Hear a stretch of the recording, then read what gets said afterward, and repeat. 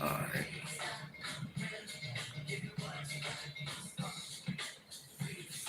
Jaron ENNIS versus CHUKHADZHIAN live post-pressure reaction. I don't know, y'all. Let me stop playing, man. CHUKHADZHIAN getting stopped, y'all. Yes, he looks serious. I mean, he got the skin head, man. You know what I mean? He look like he's ready. Look like he in shape. But let me tell y'all something, man. Boots and Company on a mission, y'all, and that mission is undisputed. And right now, CHUKHADZHIAN, he is in the way. He is an obstacle. He's a roadblock. He's trying to take that strap. In the first fight, he had them track shoes on. He was in the Olympics. He didn't get the gold. He didn't get the silver. Got the bronze. Second fight, look for Jaron ENNIS to cut off that ring, put CHUKHADZHIAN in a situation that he will not be able to get out of. I think Boots will suffocate CHUKHADZHIAN in the second fight. First fight, really wasn't cutting the ring off, wasn't utilizing the jab like he should have been because he was trying to go for the knockout. Now, in the second fight, I think Boots is going to be more patient, more tactical. We know the skill is there. We know the IQ is there. And he said it himself. He didn't listen to his corner like he should have, which is his father. Look, Bozzy is one of the most legendary trainers in Philly, man. And Jaron ENNIS, that's not only his trainer, but his father. So it's a lot of love there. It's a lot of respect there. It's a lot of admiration. And it's a lot of time. And they put in a lot of time. They put in a lot of work. And I think November 9th, Wells Fargo Center, Philadelphia, PA, that work is going to pay off. 2025, Boots coming after them straps. And I remember hearing a Barrios interview, and he really didn't kind of lead. He didn't say Boots' name, but he was saying 2025, man, there's going to be some big things happening. And look for 2025. I think the first fight that will be made in Jaron ENNIS' run to be becoming undisputed at 147 will be that Barrios fight for the WBC. Barrios has skill. He's tough. A lot of people think that he wasn't going to be Ugas, but he did. But I'm telling y'all, man, I mean, Boots is a different animal. And when you have a purpose and when you have a goal, I mean, that's a different kind of tunnel vision, man. That's a different kind of hunger. And right now, Boots is hungry. He's talented. He has a goal. He stays in the gym and he's constantly locked in. His attention isn't going over here. It's not going over there. He's not, he's not trying to party, Ashley Boyd, or nah. And if I had that money, trust me, you wouldn't see me on the damn news. You know what I mean? I'd be somewhere on the island, relaxing, chilling, enjoying life. You dig what I'm saying? I'm trying to tell you, man, like when you get that money, man, you know what I mean? Some of these people, they be going this way, they be going that way. Look, man, stay out the way. Once you come from nothing and you reach that level, man, stay out the way. Handle your business and stay out the way. Enjoy life. You dig what I'm saying? Man, I don't see you know what I mean? If y'all say so, you know what I mean? But guess what? I'm free. You know what I mean? And I appreciate y'all. Look, man, Boots is locked in. He's starting to get that money. Those paydays are starting to increase. You know what I mean? Salute to y'all. I don't have my setup, you know what I mean? So I can't give y'all a clap, but I appreciate y'all, man, for locking in. You know what I mean? But let me tell y'all something, man. It said, this message is held for review. Now, why y'all got to jump in and start the, you know what I mean? Start the nonsense, man. Smash that like button, man. You know what I mean? Respect the game. Sit back and enjoy the show, man. You dig what I'm saying? But like I said, man, shout out to Diddy. Hold your head. And so y'all need to follow me on Instagram too, because I just posted a video. You know what I mean? I think that y'all, you know, I know that y'all gonna laugh, man. You know what I mean? So follow me on Instagram. Y'all see the name without the podcast. That is the name on Instagram. Go over there, follow me, man. Check out that video. And since y'all love Diddy so much, man, I know that you guys will enjoy that video. You will laugh. You will cry, and make sure that y'all share that video. You dig what I'm saying? Shout out to Eddie Hearn. Shout out to Bam. Let me tell y'all something, man. And you got Bam Rodriguez on the card too. I mean, Philly's gonna be on fire, y'all. November 9th, Philly's gonna be very, very lit. Great boxing city, great boxing town. And Boots' first fight, his debut in Philadelphia, I mean, crowd getting it sold out. It's going to be a super explosive, a legendary event. I think Jaron ENNIS is going to stop Jaron CHUKHADZHIAN. I'm going to say between 8th and 9th round, possibly. Because if Jaron has improved, if he comes to fight, see, Boots is very good on the inside too, man. You know what I mean? A lot of people don't know this. It's not talked about a lot. But Boots can fight on the inside too. Get this man some, you know what I mean? Yeah, well, I don't know why people. I don't know. Maybe it's the glasses, man. I don't know. And it's not sunglasses. It's what you call it, like tint. You know what I mean? So it ain't sunglasses. You know what I mean? But I appreciate you, man. You know what I mean? You literally calling me a billionaire. You know what I mean? You know what I'm saying? And I mean, I love women. Women love me. And let me tell y'all something, man. Since y'all infatuated with that topic, if you have to put your hands on a woman, she don't need to be in your life. Matter of fact, she don't need to be around you, because a woman is supposed to bring you peace. You know what I mean? She's supposed to bring you stability. She's supposed to bring equilibrium to your life.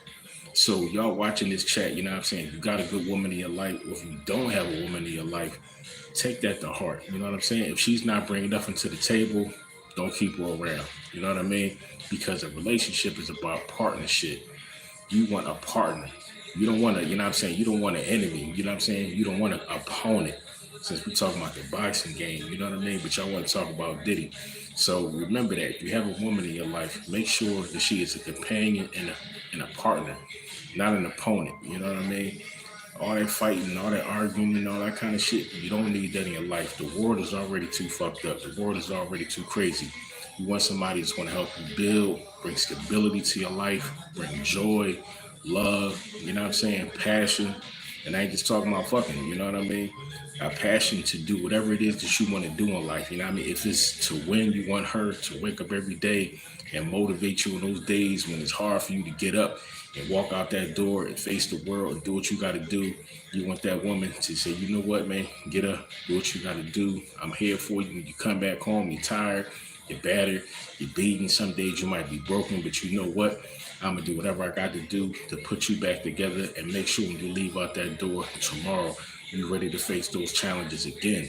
That's the kind of woman that you need. You know what I mean? And hopefully next time around, Diddy will find that. You know what I'm saying?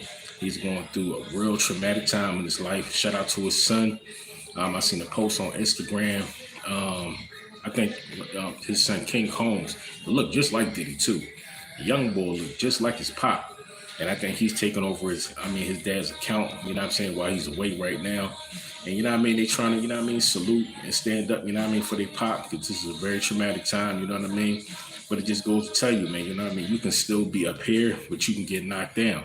And having all that success, having all that money, it don't mean nothing, you know what I'm saying? Because guess what, man, the devil is still going to attack you. And once you let him in, that's it, you know what I mean? So if Diddy is able to come out of this situation, I hope he comes out on top. More importantly, I hope he comes out smarter. Don't do the same shit you did to get you in this situation. Matter of fact, you don't need to be around no females. If he get through this situation, you know what I mean? Be like Russell Simmons. Take your ass over there on the island. You got the money. Get you a nice little house somewhere on the fucking beach. You know what I mean? Fall back. Get your mind together. Get your spirit together. You know what I'm saying? Like, these people need to get their spirits together, man. Get your soul fucking right. You know what I'm saying? You got your money right. That's a big part, you know what I'm saying? Especially if you are trying to reach that certain level in your life. And money ain't everything. But if you are one of those people who are trying to get that quote unquote bag, you know what I'm saying? You want to be a millionaire, you want to be a billionaire, trillionaire, so on and so forth. If you're blessed to get into that statistical category of getting that bag, once you get there, get your soul right, man. You know what I'm saying? Because all the money in the world can't save you once you start getting yourself into these fucked up situations behind living all these crazy ass fucking lifestyles and shit. You know what I mean? Life is simple. Life is beautiful. We as people, male and female individuals, we make this shit complicated. You know what I mean? So hopefully Diddy will come out, you know what I'm saying, on top, because besides all the bullshit, man, you know what I mean? I think Diddy a good dude, man. You know what I'm saying? He did some of his artists dirty. But guess what? They still haven't even talked, you know what I mean, talk bad about Diddy. You know what I mean? Shout out to Jada, shout out to the Locks. You know what I mean? A lot of people, some people was throwing shade. But some of the real ones, you know what I'm saying? Like they told Diddy, you know what I'm saying? Like hold your head. They spoke positive. They ain't throw no dirt on his name. They didn't speak negatively. You know what I mean? But Diddy a powerful dude. And once you become powerful like that, look at Bill Cosby. Look at Bill Cosby. You know what I'm saying? You know what I mean? Mr. Huxtable himself. All these women coming out, you know what I mean? Coming out to work, you know what I mean? Trying to say Bill did this, Bill that. Bill old as shit. You know what I'm saying? You bringing up shit that Bill done did 20, 30, 40, 50 years ago. You know what I mean? Same thing with Diddy. You know what I mean? You got people jumping out the woodwork, you know what I mean? Trying to tap them pockets, you know what I mean? Get that bag. I mean, like, people are fucked up, man. Watch who y'all hang around. You know what I'm saying? It ain't nothing wrong with being dolo. It takes a strong person to be dolo. Weak motherfuckers running packs. You know what I'm saying? Muhammad Ali said that shit himself. He said, I don't feel comfortable, you know what I'm saying, rolling in packs. You know what I mean? I feel comfortable being alone. Muhammad Ali said that shit, man. You know what I mean? It takes a strong person to be alone, you know what I mean? To walk alone, especially when you being attacked. You know what I mean? But back on that boxing shit, man. Shout out to Jaron ENNIS, you know what I mean? Like, I don't know if y'all checked out the presser, you know what I mean? But like Jaron said, man, he said, hey, it's going to be a good fight as long as it lasts. I believe in this fight. They're not going to look for the knockout, even though Boots said it's going to be a knockout and all this. And you look at it statistically, most of his fights do end in knockouts. But I believe at the same time, I think it's going to be a smart, strategic fight. Because Karen, if he comes in this fight differently, you know what I mean? If he comes in this fight differently, Boots is going to have to do some different things. And we still haven't seen all the tools that Boots has in his bag. So second fight, if Boots can do some things we haven't done before, I think we in for a treat. But then you got Bam also, you know what I mean, as the co-main event. Shout out to Robert Garcia, Team Garcia. I mean, Bam is a young talent, man, WBC 115-pound champion, very super explosive, devastating power. Boots and Bam, these are two names that are going to be on the future pound-for-pound list. Canelo Alvarez, Tansworth Crawford, even Tank Davis, y'all. You know what I mean? Like, these guys, like, their time is coming to an end. And we have a new breed, a new era of young champions making their way on that pound-for-pound list and in their way, quote-unquote, to that top tier in the professional rankings. You know what I mean? Like, these are the new, or they will become the new cash cows of the game and of their said divisions. The lighter weight classes weren't known to be very super explosive. Naoya Inoue, he started to turn that around. Now you have Bam with the 115-pound champion in that division. He's making a very solid name for himself. I mean, it's going to be a very, very, very super explosive night in boxing, y'all. In a fighting city like Philadelphia, Pennsylvania, birthplace of the Constitution of the United States of America. While we're talking about the Constitution, shout out to Donald Trump. Shout out to Trump. You know what I mean? He was the 45th president. Now he's the 47th president, or will be the 47th president of the United States of America. You know what I'm saying? Anybody that can survive assassination attempts, you know what I mean? Like, these people, I mean, they tried to sue Trump, you know what I mean? Because he's very outspoken. He stands on business, you know what I'm saying? He's not a quote-unquote political follower. You know what I mean? He kind of does his own thing. And when you're a boss, that's how you should move. But there's consequences when you try to move away from the quote-unquote system structure of doing things. And we've seen that with Donald Trump, but he overcame that. And guess what? He became the 47th president of the United States, man. So salute to Trump. Salute to his family, his team. You know what I'm saying? Great job. And I hope you do some of those things that you said that you was going to do, because I was supporting you. You know what I mean? And if I support you, especially if you win, I'm going to hold you accountable for the things that you say, for the things that you do. because I can't hold you accountable on what you don't say and what you do. I only judge a person's character based upon what they do and based upon what they say. So if you don't say nothing, I ain't got nothing to say. But once you start running your mouth, more importantly, once you start doing certain shit, then that's when my motherfucking radar goes up, and that's when I start tracking and calculating and seeing who the fuck you are. So Trump, salute to Trump. He's a real one in my opinion. You know what I mean? He did a great job when he was president. He wasn't in times of inflation. The job markets and all that shit wasn't fucked up. You didn't have to spend a bag when you go to the grocery store because a lot of people are struggling. And at the same time, you got a lot of people still sitting on their ass, you know what I mean, leeching off of the system and shit like that, you know what I mean? So shout out for Trump, man, you know what I mean? Y'all never know. One day y'all might see me running for office, you know what I mean? But check it out, man. Right now, Jaron ENNIS is running for office, man. He's running for undisputed. He wants to be pound for pound undisputed world champion at 147. And Tansborough Crawford, man, we starting to hear clamorings about Tansborough Crawford possibly leaving the game. So I had this thought, y'all. I said, you know what? If Tansborough Crawford does decide to finally retire, because I don't think he's getting that Canelo fight. He wants that Canelo fight. He wants to cash out. Don't get me wrong. Bud deserves that. He had to put in a lot of work, and he just started, especially after the Errol Spence fight, really to see significant figures when it comes to the dollars and cents. So I totally understand him wanting to get that Canelo fight so he can get that major bag and he can back out. But every fighter is really not their thing. You know what I mean? Like Canelo was built up to be that fighter.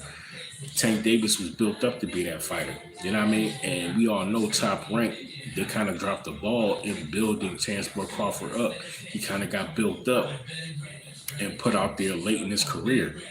I mean, Bud is, I mean, say he's old, you know what I mean? But in boxing years, he's a, for sure, seasoned veteran. You know what I mean? And right now, I truly believe that if he wants to get a significant bag, I truly believe that he can get that bag if he fights Boots.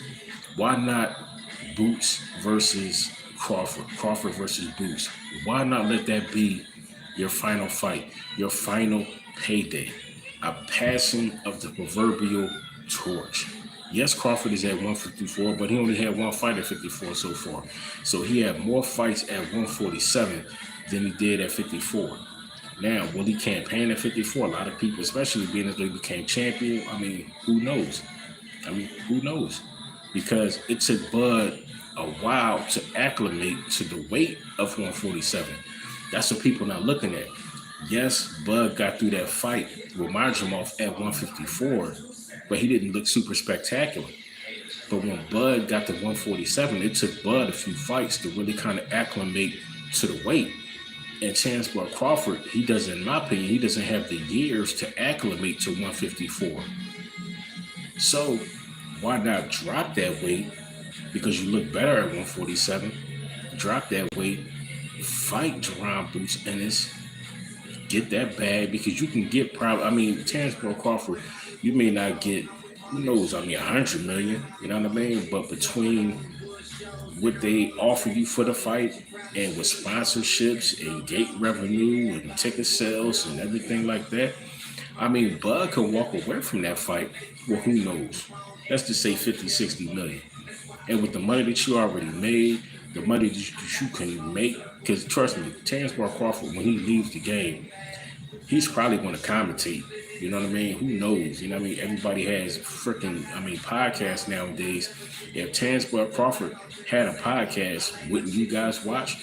So Tansborough Crawford, he can get that. You can start getting that YouTube money. You know what I mean? He can start getting that broadcaster money.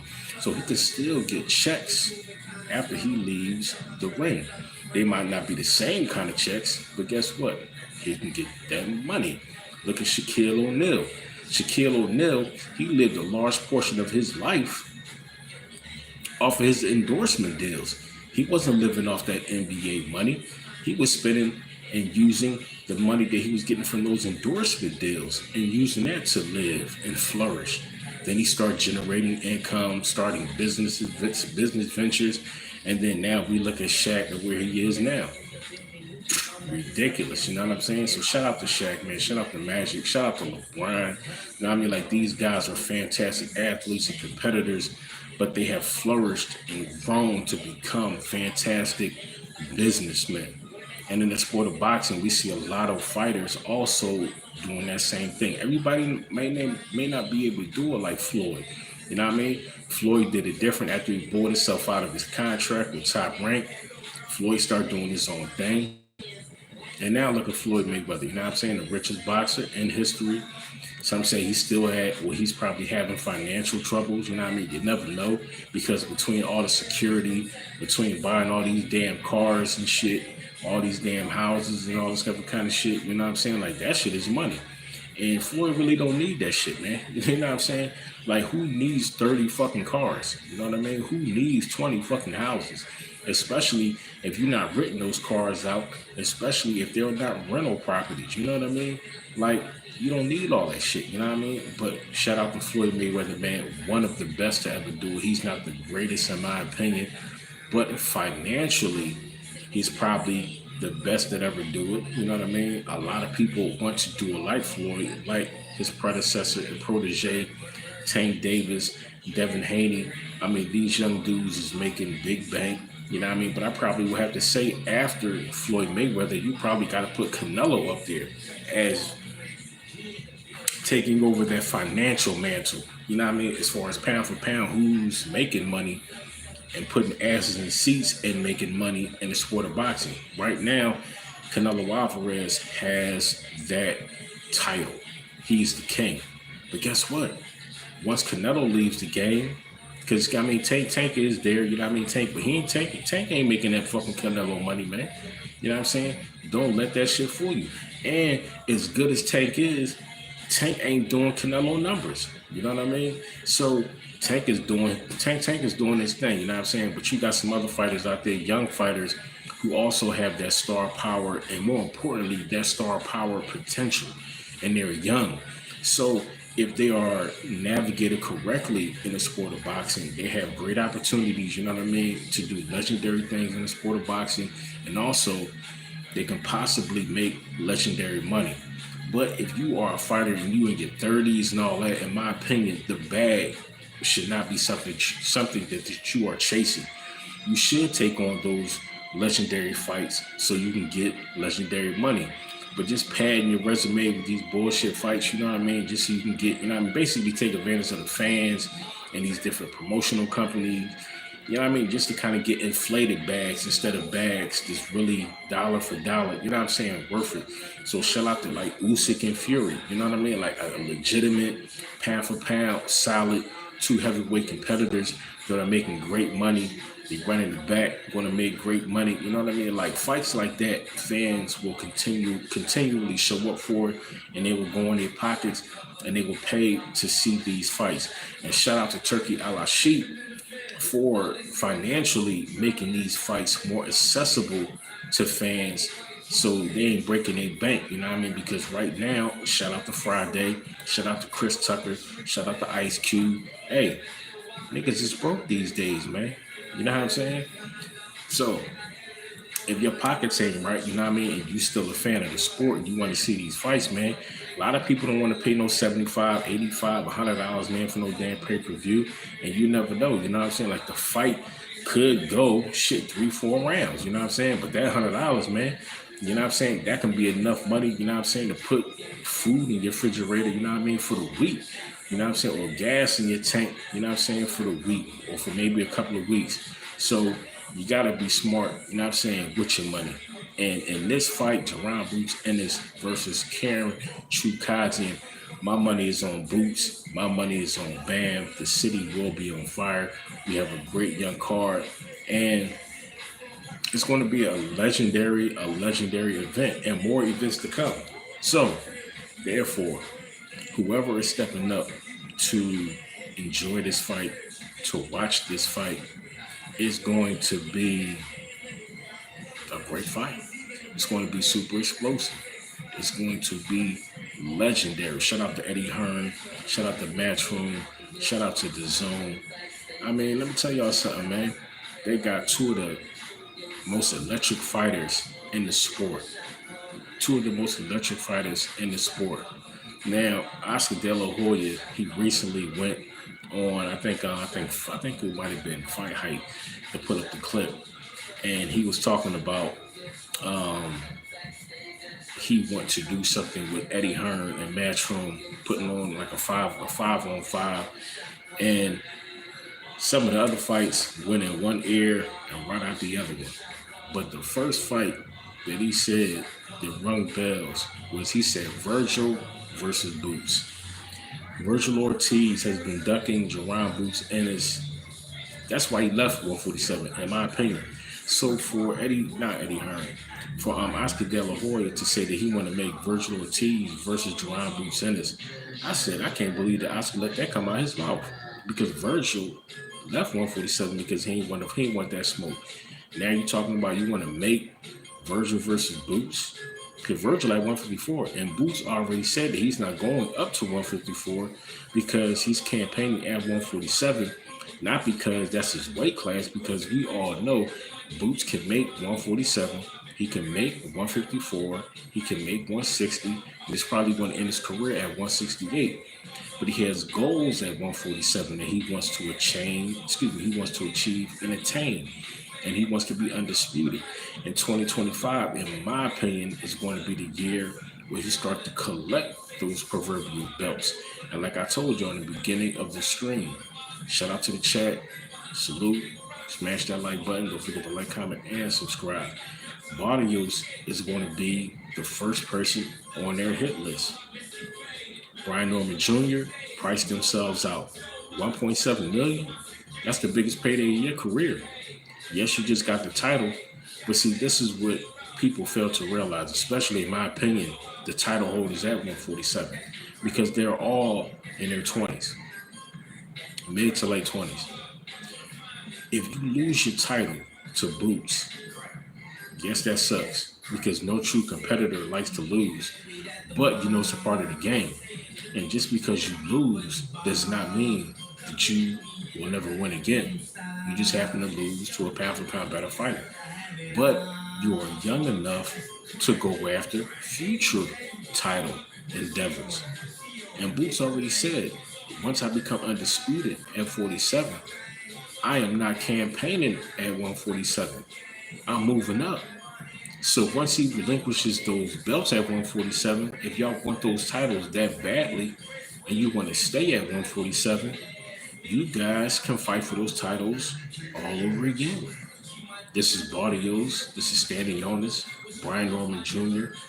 We even heard Conor Benn say that he wouldn't mind fighting Jaron Ennis. I even said in the past, I think that'll be a great fight for Jaron Ennis and Conor Benn.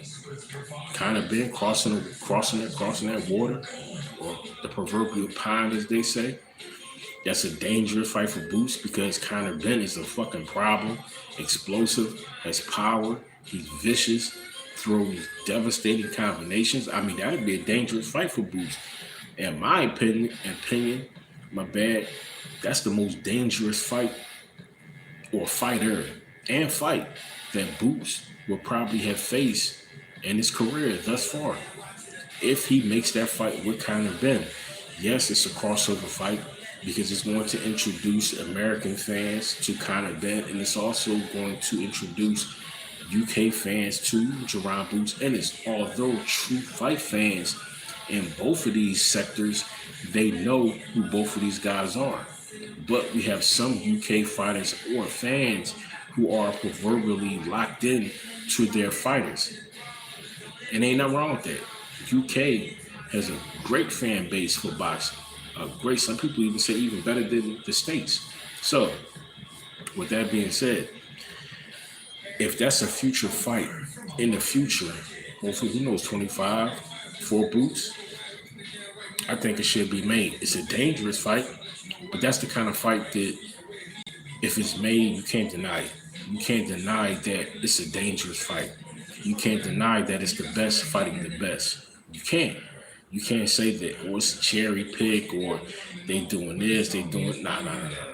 Conor Benn is legit. He's legit. Boots is legit. He's legit. He had to fight his way to get that recognition. But a lot of people have already been saying for years that when Terrence Bud Crawford and Errol Spence leave 147, the person that's going to take over that division is Jaron ENNIS. Period. That has never been an argument. I have never heard anybody call or say any other fighter that is the next man up at 147 other than Jaron Boots Ennis. And this is his time. You know what I'm saying? Dale said, big dog, what up, dog? What's up, man? You know what I'm saying? What's up, my brother? You know what I mean? I was watching the presser. And I said, man, you know what, man? Let me go live real quick, man, because you know what I mean, like trying to put a video together is going to take too long. So I said, you know what, man? Let me just go live, man. Talk to y'all, give y'all my thoughts on the presser. You know what I mean? Who you think is going to win that fight, man? You know what I mean? Karen CHUKHADZHIAN, or do you got Jaron Boots Ennis? I said it myself. I think Boots is going to stop Karen CHUKHADZHIAN between the 8th and 9th round. I think he's going to get stopped. If we go the distance, okay. But I think Boots stops him. You know what I'm saying? I say between 8 and 9 because Karen CHUKHADZHIAN, he does look locked in. He does look ready. He does look in shape. You know what I'm saying? He got the head. He got the skin head. You know what I mean? He looks like he's in shape. You know what I'm saying? You can see the, you know what I mean? His face is kind of chiseled. You know what I mean? So he's coming into this fight in great shape. His corner says that he's ready. He's mentally locked in. He's not the same fighter in a good way, meaning that he's grown, he's learned some things, you know what I mean, added some tools to the toolbox. But like I said, man, earlier in the stream, man, you know what I mean? Like, Boots, a lot of these fighters have not, is the Keyshawn fight still going to go down 6 pounds overweight? Yeah, you know what I'm saying? Keyshawn Davis's mom even tuned in and said, you know what I mean? Like, basically, Keyshawn Davis, you know what I'm saying? I mean, his opponent is trying to do the same shit Ryan Garcia did to Devin Haney. You know what I mean? He's trying to come in overweight so he can try to muscle and bully Keyshawn Davis. But Keyshawn Davis is a phenomenal fighter. You know what I'm saying? Boots going to put in good work this time. I just hope he doesn't press for the knockout. Yeah, you know what I'm saying? I'm gonna wrap up the Keyshawn question, you know what I'm saying? But like I said, Keyshawn, he's a great young fighter. He can box. Come on, man, you know what I'm saying? He's part of the Terrence Crawford umbrella. He's under that umbrella. So you know the kid can fight. You know that he can box, you know what I mean? And Keyshawn is strong, man, you know what I'm saying? He's getting older. He's developing, you know what I mean? He's a young man, you know what I'm saying? But he's still a man. So even though his opponent is coming in over about 6 pounds, I mean, who knows? That can make him slower, a little more lethargic. You never know how he's going to look in deep waters. So he's probably going to have to come out early, very energetic, and try to press Keyshawn Davis, try to walk him down, use that weight, use the freshness of the rounds to kind of overpower Keyshawn Davis and try to wear him down and get him up out of there. But if Keyshawn is smart, he's going to outbox him, utilize his range, try to keep him in the center of the ring, take his fight into deep waters, gas him out, and finish him. And just hype, I caught it live. He said, my bad, bro, just hype. I caught it live, my bad. But 6 is super unprofessional. I mean, yeah, like I said, I mean, he's doing the same thing that Ryan Garcia did with Devin Haney. You know what I mean? They're not worrying about the money. You know what I'm saying? They trying to make sure they have the ace up their sleeves. And that weight is their ace up the sleeves. But that can come back to bite him in the ass. And like I said, if this fight goes the distance, like I said, you know what I mean, it's coming in that heavy. How's that stamina going to play out in a 12-round fight? It's different sparring and all that kind of shit. It's a different intensity. You know what I mean? Because your opponent is not trying to take your head off. Everybody doesn't spar like a Benavidez or Jaron Boots Ennis. When these guys spar, you know what I'm saying? Like, they in there like it's a real fucking fight. And they fucking up there fucking sparring parties. But everybody don't spar like that. And I don't know how Keyshawn Davis' opponent has sparred leading up into this fight. But if it was rigorous, if it was, you know what I mean, if he was sparring 12, 13, 14, 15 rounds and his stamina is fucking in tip-top shape, It's going to be fucking interesting. You know what I mean? But like I said, I still got Keyshawn winning that fight. And with the added weight, that just means that he's possibly, you know what I mean, kind of cushioning himself for the beating that he might take. So deep waters, I got Keyshawn Davis, man, possibly by stoppage. You know what I mean? But like I said, as far as Jaron Boots Ennis, I mean, Boots. You said Boots is gonna put that good work in this time. I just hope he doesn't press. Now, in the first fight, Karen was running, and it was like Boots was chasing him. You know what I mean? But Boots was still putting hands on Karen CHUKHADZHIAN. He was still putting hands on him. Even though Karen CHUKHADZHIAN, you know what I'm saying, was in that fight like it was a damn Olympics. You know what I mean? He was the damn marathon man. Like I said, he didn't get the gold, he didn't get the silver, he got the bronze. You know what I mean? But he still got his ass whooped, despite all that damn running. Now, his team said it's going to be a different fight. Boots said it's going to be a different fight. He's not going to go in there and quote unquote try to chase the knockout. He's going to have fun. He's going to let the rounds come to him. He's going to let the knockout come to him. And that's all he has to do. Go in there, box, utilize the openings that Karen CHUKHADZHIAN gives you, make him pay, hurt him, because we all know Boots is he's one of the greater finishers and better finishers in the sport of boxing. If Boots hurts you, he can stop you, he can finish you. Because the fact that Boots can switch, I mean, you really have to watch your angles, your foot placement, and your ring IQ has to be at a high level when you fight Boots. Because he can come at you from any angle. The fact that he can fight left-handed and right-handed, he has great movement. He's very athletic, very explosive, has power in both hands. He can do more on the athletic side than Karen CHUKHADZHIAN, than a lot of his competitors, you know what I mean, that he has fought. So I don't know what kind of game plan that they have. I don't know how they're going to try to approach this fight. But I know one thing, man, like I said, Boots is dangerous, man. You know what I'm saying? He's dangerous, and he's getting older. He's getting smarter. He's constantly in the gym, constantly working on and perfecting his craft. You know what I mean? So whatever Karen CHUKHADZHIAN brings to the ring, you know what I mean? I hope that he's truly ready for what Boots is bringing. You know what I'm saying? But like I said, man, we shall see. We shall see. That he has the power to keep Boots honest. Boots really hasn't been touched a lot in his career, and that's not a knock on him. People always say that. He hasn't been tested. He hasn't been tested. He hasn't been tested. It's not Boots' fault that you can't put your hands on the brother. You know what I mean? This is boxing. You know what I mean? The art of hitting and don't get hit. That's not his fault because he's fucking nice as shit. And Karen CHUKHADZHIAN, he's not, in my opinion, he's not a slick fighter. And that's why everybody wants to see him fight Tansquar Crawford, because Bud can switch, and Bud has a slickness to him because he can switch, and his IQ is on another level, just like Boots. That's why that fight is so phenomenal, not just because of name, but because of skill sets. Now, Karen CHUKHADZHIAN, does he have the skill set? Like I said, did he add some things to his toolbox that's going to make him more valuable in that fight? We shall see. But we have yet to see everything that Jaron Boots Ennis can do in a fight, because the caliber of competition, I'm not going to say that it's poor, but when you start talking about skill versus skill, I mean, same thing for Canelo Alvarez, man. You know what I mean? Why do you think they want to see Benavidez fight Canelo? Because Canelo, pound for pound, is not fighting people that is truly going to, from a skill set perspective, truly going to test him. You know what I mean? So, same thing with Jaron Boots Ennis.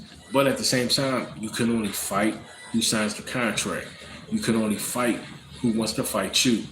When you're calling out the names of these top-tier competitors and they're not accepting these fights, even though they're being offered good money. So for Brian Norman, for them and their team to be offered $1.7 million to fight Boots, and keep in mind, that number was driven up. That wasn't the first initial offer. So that is still the biggest payday of your career. Are you even getting $1 million for the fight? This is Brian Norman. Are you even getting $1 million for the guy that you're about to fight? Hell no. Hell no. but you will offer damn near $2 million, you know what I'm saying, to fight Boots. And between, like I said, sponsorships and whatever else, you know what I'm saying, your management and your team can maneuver, you could possibly, you know what I mean, walk away from that fight with a couple million. And that's just for that fight. And depending upon how well you do, your price tag can go up. But they price themselves out of the fight. In my opinion, they are moving from a strategic and strategy base. In my opinion, they're moving backwards. You know what I mean? Because Boots, he's the cash cow. He's the one, you know what I mean, that signed that contract. He's the one that Eddie Hearn is going to endorse.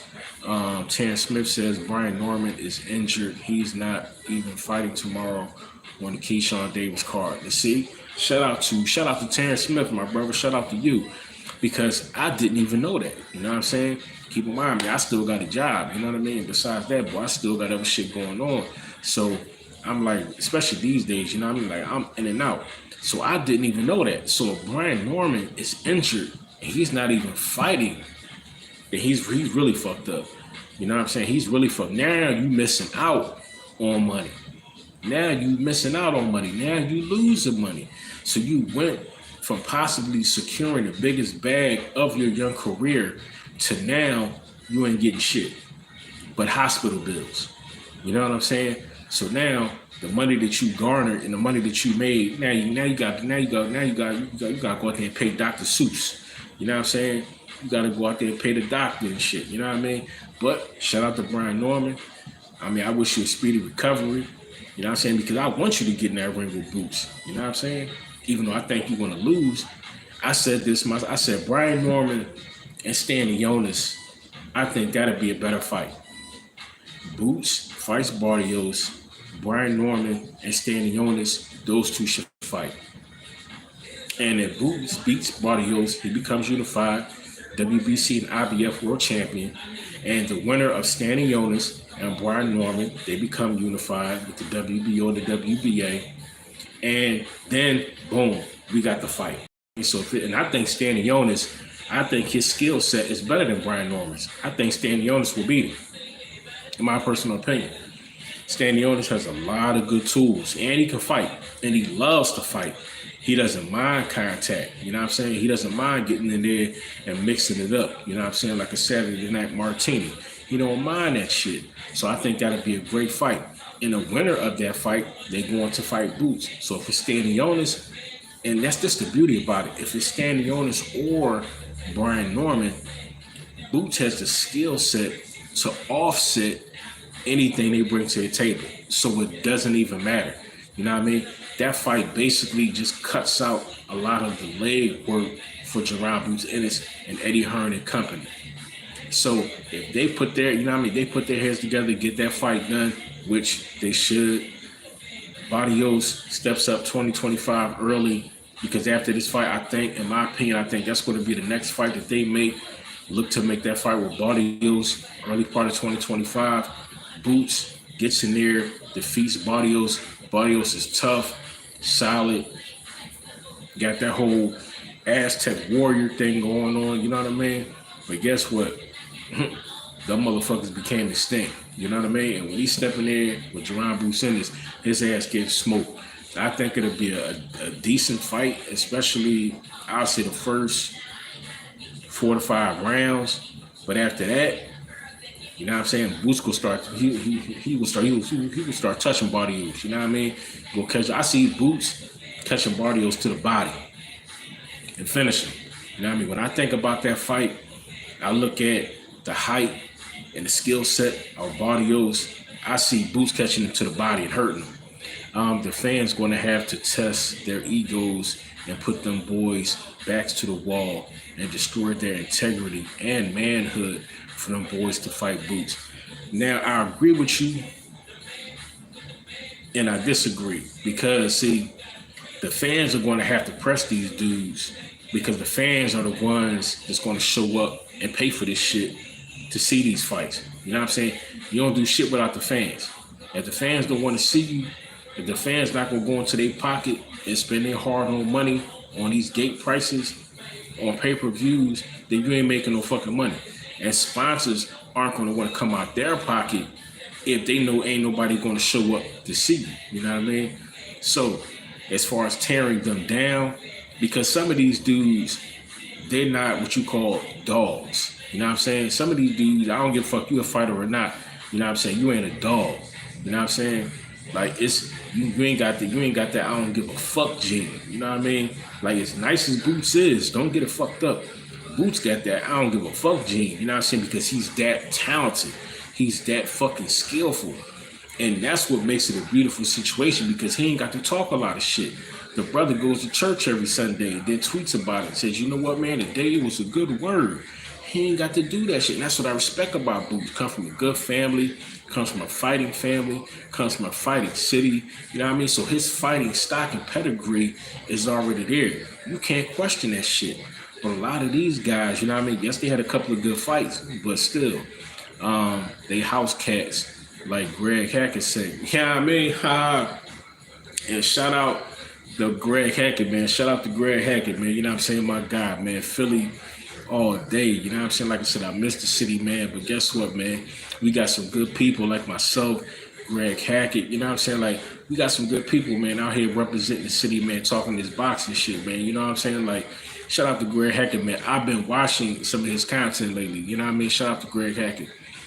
Yes, he is nice, maybe too nice for his own good. This is what Dale Taylor said. Nobody wants that smoke with Boots. And like that's what I'm saying, man. It's like it's a new, like this age of boxing, man. You know what I'm saying? Like dudes, they be on, like people be talking like ain't nobody afraid to fight nobody. Like that's bullshit, dog. Because back in the day, like if somebody say they want to fight, motherfucker, we can fight. You know what I'm saying? Like, you got motherfuckers, you know what I'm saying? Like, you know what? Shit, you know what I mean? Like, shit, if you don't want to fight in the fucking ring, we can fight in the street. That's one of the things I like about fucking Usyk. Usyk don't give a fuck. You know what I'm saying? Usyk, like, man, look, you can see me in the ring, but we can take this motherfucking shit outside and lock it the fuck up. You dig what I'm saying? Like, I like fighters. Like, that's a motherfucking fighter, nigga. That's a fucking dog. That's somebody who ain't going. And when I say they don't give a fuck, I don't mean like in an ignorant kind of way. You know what I'm saying? I mean, it's like, it's about the fight. You know what I mean? It's about the adrenaline. It's about the rush. It's about the competition. It's about mano motherfucking mano. It's about you want what I got. It's about can you take what I give kind of shit. You know what I mean? Like, that's a fucking fighter, bro. You know what I'm saying? And I got fucking Usyk whooping Fury ass for a second time. You know what I mean? Shout out to Usyk. Shout out to Ukraine. Shout out to Tyson Fury. You know what I'm saying? Still a great champion. One of the best heavyweights to ever do it. But Usyk got your motherfucking number. You know what I mean? And like you said, Greg Hackett said, you know what I mean? Some of these dudes is house cats trying to fuck with a lion. Boots is most definitely a fucking young lion. He ain't Simba. You know what I mean? But he on his way to that motherfucking Mufasa level. You dig what I'm saying? On that, I ain't talking no Hakuna Matata shit. You know what I mean? Ain't no circle of motherfucking life. Because these motherfuckers be running for their goddamn life and shit. They ain't trying to step into the motherfucking ring with Boots because they know they gonna get their ass motherfucking smoked like a motherfucking Cohiba. You know what I mean? Boots is that nice. He's that talented. He's that super explosive. And he will become legend. And right now, I gotta salute him and his team because they stand locked in. They sticking to their guns. They said, you know what? We want to take over at 147. Anybody want to see him go up to 154 and chase this fight, chase that fight? No. Stick to your guns. If you want your legacy to be solidified and legitimized at 147 before you move to 154, because you're only going to do the same thing at 154. And the same problems, obstacles, hurdles, and situations that Boots has at 147, guess what? Who's to say that when he goes to 154, they're not going to do the same shit? Who's to say? Because the fighters you got at 154, the holds titles and shit, you know what I'm saying? Like, do you see them really fucking with Boots and shit? And Majimov had how many fights before he fought Chance Crawford? Not knocking Majimov because he was tough.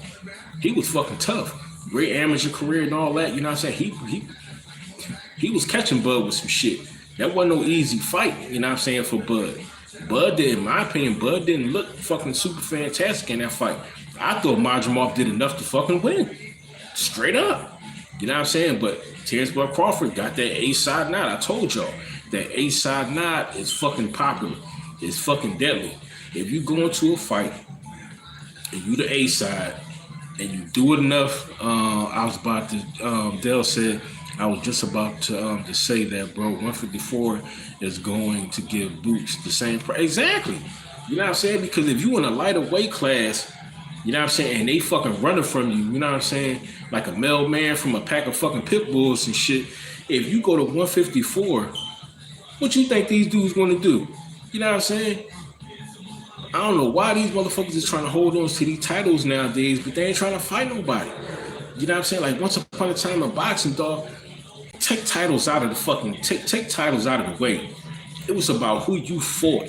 When you look on your fucking resume and say, damn, he beat this fighter, he beat that fighter, he beat this fighter, he beat that fighter. Yo, this motherfucker was fucking everybody up. You think they talking about this person had the WBC, this person had the IBF? People don't give a fuck about that. People looking at who the fuck you beat.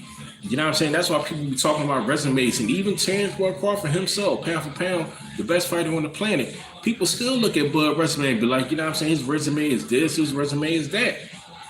You know what I mean? And this is Terrence Bud Crawford. But you can't knock Bud because you know Bud's skill set puts him right there. It puts him on that fucking Mount Rushmore. That's his skill set. Excuse me. So his record is one thing. His skill set is what sets him apart. But you can't say that about everybody. Some of these champions don't have the skill set to really legitimize their station and position for ducking viable competition. You know what I'm saying? Some of these dudes got these fucking titles and it's like, damn, how you get that shit? You know what I'm saying? That's why they're not trying to fight these top guys because they know they go fucking lose. You know what I'm saying? Brian Norman know he go fucking lose if he fight Boots. Stanley on the know he gonna lose when he fight fucking Boots. Barrios knows he's gonna lose when he fight fucking Boots. So it becomes about compensation.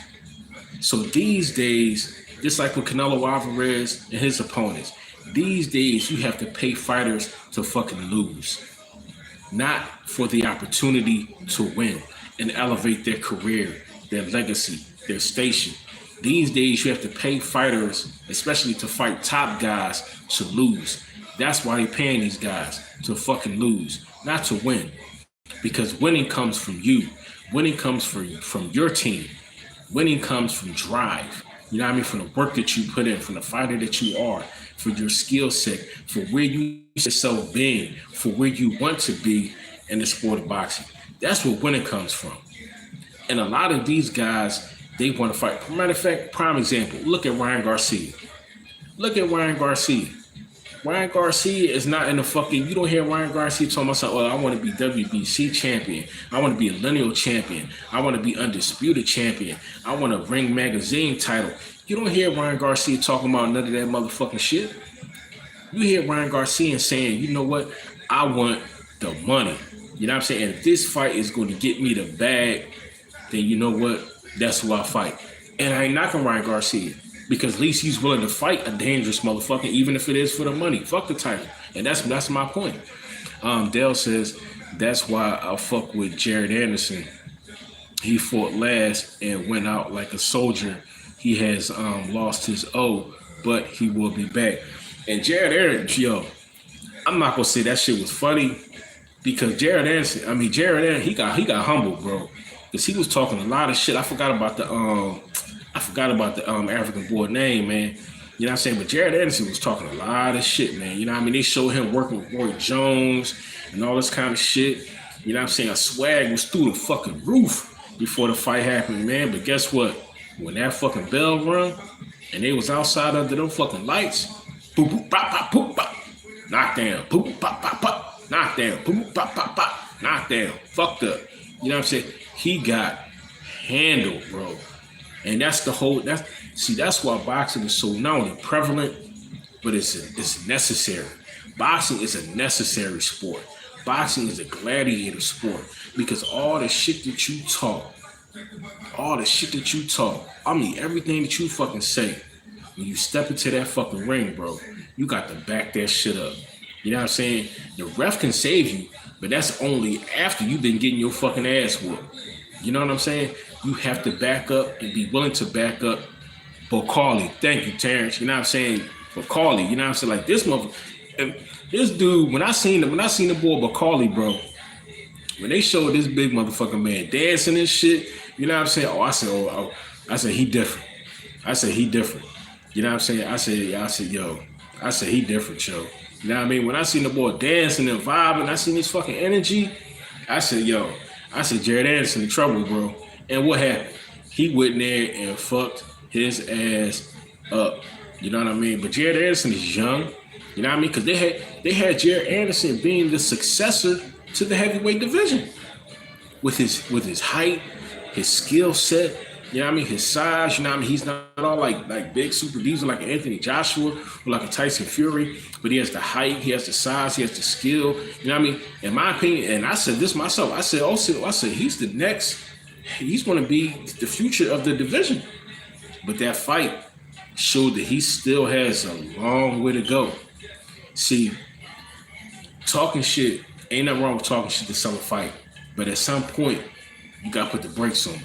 You got to turn the volume down just a little bit. Because sometimes you can turn that volume up so fucking high, you lose yourself in it.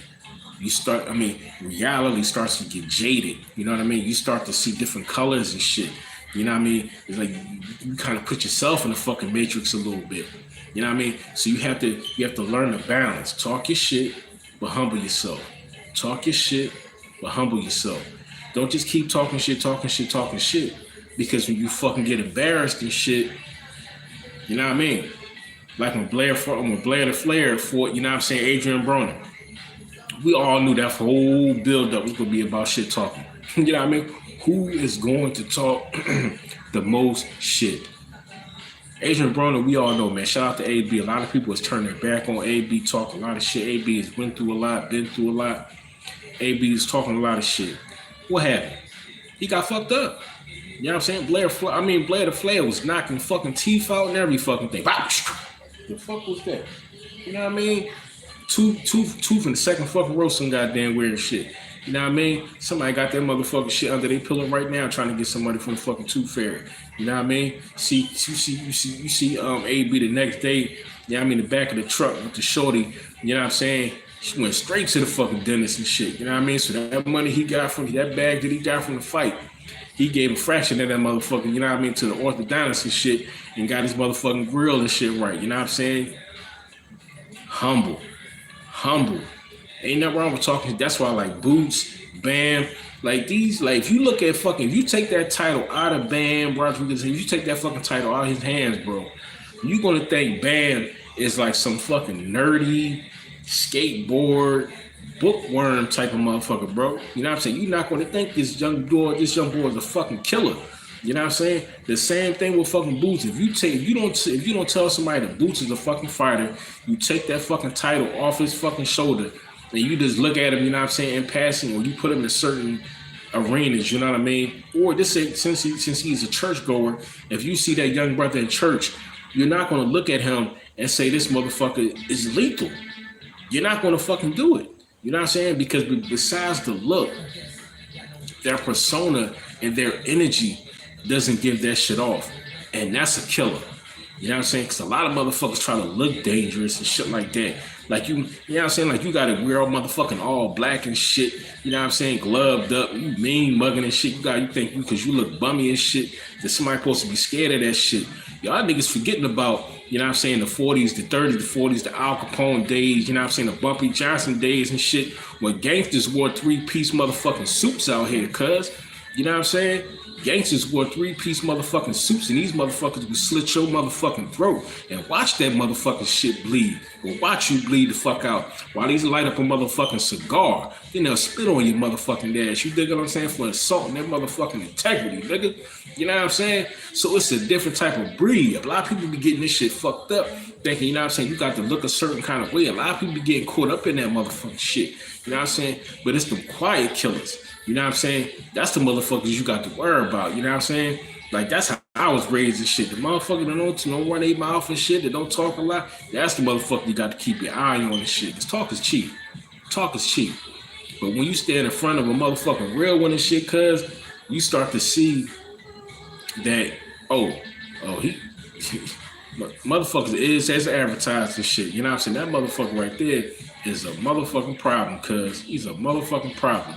So, man, shout out to Boots. Shout out to Bam. I mean, these two dudes are young, phenomenal fighters. They're dangerous. They have bright futures. And November 9th, I believe they will. I'm going to say this shit right now. Bam and Boots are going to win their fights via stoppages. You know what I'm saying? I don't think neither one of those fights are going 12 motherfucking rounds.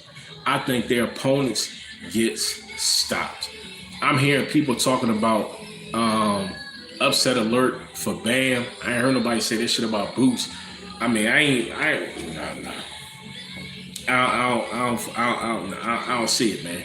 You know what I'm saying? Besides your skill set, your team and who trains you also carries weight with me, because I know who's cultivating you. I know who's training you. You know what I mean? I know who's, you know what I'm saying, who's polishing you. You know what I mean? You know what I mean? Like smoothing out those rough edges and shit. And you over there, Robert Garcia, man. Shout out to Mikey Garcia. Shout out to Pete, you know what I mean? Shout out to Papa Garcia. Shout out to the whole team. You dig what I'm saying? Like, Robert Garcia, man, is a phenomenal fucking trainer, bro. And the type of style that not Ryan Garcia, you know what I'm saying, that they put into their fighters, bro. I'm telling you, man, like, Bam is going to be around for a long time. Shout out to Peter, too, because he's starting to step up and he's starting to kind of take over and become more of a trainer, you know what I'm saying, himself. You see him at the presser stepping up, talking to the people, you know what I mean? So you know what I mean? It's big shoes to fill, but he's starting to become that young burgeoning trainer, you know what I mean, in the sport of boxing. So shout out to Peter, man, you know what I mean? And Bam is a great talent. They have a great talent. They've always had talent over there, RGBA. And shout out to Jaron ENNIS in the dungeon. They are, people know when you want to get that sparring, that elite fucking sparring, you got a fight coming up. Shout out to, you know what I mean, Cool Boy Steph. Go over there and go holler at motherfucking Bozy. You know what I'm saying? Go over there and holler at Bozy. Go over there in the motherfucking dungeon and shit. Shout out to Germantown. Shout out to Brickyard. Uptown, shout out to Philly, shout out to West Philly, shout out to the bottom, you know what I'm saying? Shout out to Second and Master, you know what I mean? Shout out to Fish Yard, you know what I mean? Over there, you know what I'm saying? Over there where I used to live, you know, I was down in North Philly, man, before they tore down Joe Hands Boxing. Shout out to Joe Frazier, shout out to Bernard Hopkins, shout out to Danny Garcia, shout out to Tevin Farmer, you know what I mean? I'm telling y'all, man, you know what I'm saying? Like, Philly is special, bro. And when it comes to the fight game, I tell people all the time, Philly don't raise no scrubs, dog. You know what I'm saying? Because before you could pick, see, when I was coming up, like the old heads and shit, like before you put anything in your motherfucking hands, a knife, a bat, a gun, a chain, a fucking fork, and a fucking knife, you know what I'm saying, to cut your steak, you gotta know how to fight. You know what I'm saying? That's how my uncles and shit, boy, that's something shit, because they grew up fighting gang members and shit in the streets in North Philly. You know what I'm saying? My grandfather and my uncles and shit, they grew up fighting gang members, nigga. You know what I'm saying? When they try to go over there and fuck with my aunts and my mom and all that kind of shit, or just people in general and shit, well, they went right outside, you know what I'm saying, was fighting gang members and shit. You know what I mean? Like, that's where I come from, nigga. You know what I'm saying? So that's the first thing that we had to do before we had to do anything. We had to learn how to fucking fight. And I'm fucking nice. I'm fucking nice. I talk about boxing because I love the fucking sport. Unfortunately, I was in the fucking streets and shit, you know what I mean? When I was in the boxing gym, I was in the streets doing dumb shit at the same time and shit. So my focus and shit was on other motherfucking shit. But the passion for the fight game comes from a real fucking place. It's not just about fighters. It's the essence of fighting. You know what I mean? It's the essence of being a fighter, fighting for a purpose. You know what I'm saying? Shout out to Mike Tyson. You know what I mean? Because like Mike was saying, me, he's like, back in the day, it's like people had to fight because that's all the fuck we had. It was either be a fighter or you selling drugs and shit. You know what I'm saying? It wasn't no jump shots. It wasn't no fucking football fields. It wasn't no fast balls or no curve balls or no motherfucking sidewinders, nigga. It was fight or dope. You know what I'm saying? That's what I'm talking about. And it was the same shit. You know what I'm saying? It was either fight. You know what I mean? I done boxed. I done did martial arts and shit. I done did every motherfucking thing. And when I went into the fucking military, that just took my motherfucking skill, my skill set to another fucking planet. You know what I'm saying? Because now I'm a motherfucking sniper out this goddamn bitch. You know what I mean? So I ain't want to turn into a real life motherfucking John Wick, but let me motherfucking tell you, I don't walk scared nowhere the fuck I go. You know what I'm saying? Because I'm confident. I ain't cocky. I'm motherfucking confident. You know what I'm saying? You want to fight? What you want to do? I ain't never ran from a fight. I never will run from a motherfucking fight. You know what I'm saying? And I ain't never lost a motherfucking war. Why? Because I ain't never start one. I'm peaceful. I'm a peaceful brother. You know what I mean? I'd rather walk in peace, live in peace. But stupid motherfuckers always gotta fuck with a nigga. You know what I'm saying? Then when that fucking temperature get turned the fuck up and shit, niggas trying to jump out the motherfucking frying pan. No, motherfucker. Now you go sit here and motherfucking cook. You know what I'm saying? Now you go sit here and motherfucking cook and shit. Now you want to feel the motherfucking flames? Now you go sit here and cook. And November 9th, CHUKHADZHIAN, his ass jumping in the frying pan. And he go get fucking cooked. You hear Jaron ENNIS say that shit all the time, man. I'm in and out like a motherfucking bank robbery. You know what I'm saying? I'm telling y'all, it's going to be a good fight. It's going to be a good fight as long as it lasts. Round 8, round 9, somebody's going down. But you know what? I always say this. What if the other guy get that lucky shot off? What if he tags Lauren? This is CHUKHADZHIAN. What if he catch the boots or some shit? You know what I'm saying? It hurts Bruce. What if? Because in boxing, it's good to go with whoever you may be siding with, whoever statistically may be the favorite in the fight. But you always have to talk about that what if, in my opinion, because in boxing shit does happen. Now, what if CHUKHADZHIAN catches boots and hurts him? What if? Question how you feel about that the KIS, I guess you're saying Kid Austin fight. I think that's probably the third best fight on that, you know what I'm saying? I think it's probably the third best fight on that card. You know what I'm saying? I think he got a loss, but he only got one loss. And I think that's probably gonna be the third best fight on that card. You know what I mean? That's a decent card, man. I forgot to write the names down and shit, man, because I went straight to the live and shit. But I think that's probably the third best fight, you know what I'm saying, on that card, man. I think Kid Austin and what's the kid name, man? Schofield. You know what I'm saying? Floyd Schofield. I think that could potentially be a great fight, you know what I'm saying, in the future. I think that could be a great fight in the future. Skill set for skill set, especially Floyd Schofield, man. You know what I'm saying? Like, yes, he got dropped in his last fight, but when I went back and I watched a couple of his fights, man, you know what I'm saying? Like, his build, now shout out to, you know what I'm saying, Greg Hackett, because he talked about this too. Like, his build, like, you know what I'm saying? Like, for that division, you know what I mean? It's a lot of speed in that division, you know what I mean? So his build, like, he's a little stocky, you know what I'm saying? But he has good, you know what I'm saying? Like, he has good upper body movement. He's kind of slick, you know what I mean? He does a lot of good things, has good feet. He has good feet. And his skill set is solid, you know what I mean? So he can continually, you know what I'm saying, grow. The same thing, you know what I'm saying, with Kid Austin, man. You know what I mean? Good skill set, has grown, good fighter, special fighter. Can potentially do some special things, but it's going to come down to competition. You can only fight who they put in front of you, but at the same time, there's going to come a time you're going to have to fight somebody that's really going to test you. But his pops got to slow it down.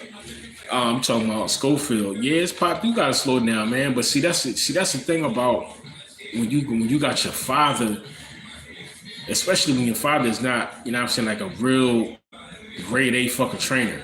Bozy Ennis is Jaron Ennis' father, but he's still a top tier, elite level fucking trainer. You know what I'm saying? Devin Haney father, you know what I'm saying? He's not, you know what I'm saying? I mean, Floyd Schofield Jr. father, he's not, you know what I'm saying? And I said this shit when Danny Garcia, or before his last couple of fights. You know what I mean? Angel Garcia, yes, he's been there for his son, he's been around, but he's not an elite fucking trainer. You know what I mean? He just knows his son to a degree. But a trainer has to be able to teach his fighter or teach a fighter. And you just know your son because that's your son. You've been around since your son has came up. You know what I mean? So you seen certain shit, you know certain shit because that's your son. But as far as a fighter, you training a fighter, like if Schofield Sr., if he puts his son to the side and says, I'm gonna train another fighter, he's, in my opinion, he won't have the same success that he did with his son. Because there was other people along the way that helped his son develop to what his son developed into. And once he had that skill set soundly within his, grasp and shit, then his father kind of just, kept him around that same level. But once you start to try to get in these top tier fights, bro, and fight these upper echelon guys, look, you have to bring somebody in that's going to further develop your craft. They can teach you something. If they can't, because boxing is a critical sport of learning. Once you stop learning, a fighter stops growing, he stops developing. And boxing, that's why they say the boxing, that's why they call it the sweet science. Science, you have to experiment in science. Penicillin was a mistake.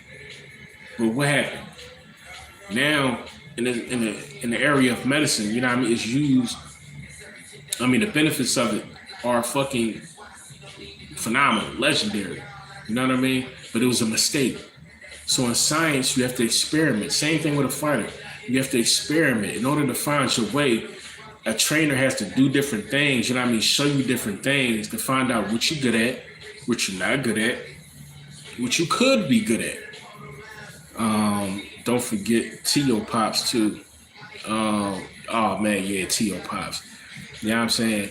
And T.O. Pops be talking shit, yo. T.O. Pops be talking shit. You know what I'm saying? Like your son is going through a fucking mental. Teofimo, man, phenomenal fighter, man. Phenomenal fighter. Got talent. But his pops, bro, like you see your son is fucked up. That's why a lot of these motherfuckers out here is fucked up, bro. You know what I'm saying? Because the people who are close to him, quote unquote family, whatever, like you see these motherfuckers is fucked up. You see they got some fucking screws loose and shit. It's some kind of trauma that either they're going through, that have went through, that is really fucking them up. You know what I mean? And everybody is not mentally strong enough to toe that line by themselves. Sometimes they got to sit down and talk to somebody, or sometimes they have to retract. You got to step away, process that trauma. I talked about this shit in the previous video. Step back, process that trauma, what you went through, and figure out, number one, can you get through it?